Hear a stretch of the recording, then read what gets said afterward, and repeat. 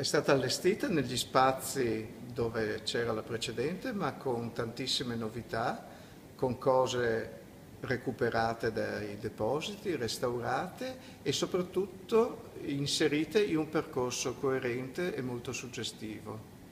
Qualche chicca per chi verrà a vedere questa nuova pinacoteca? Una ce l'ho alle mie spalle, non so se riuscite a inquadrarla, sono le storie di Otinel e sono uno dei tanti affreschi che Bailo ha salvato dalle case trevigiane e li ha portati in museo e ora finalmente li riusciamo a far vedere. E poi ci sarà anche una piccola sorpresa, una sorta di Wunderkammer.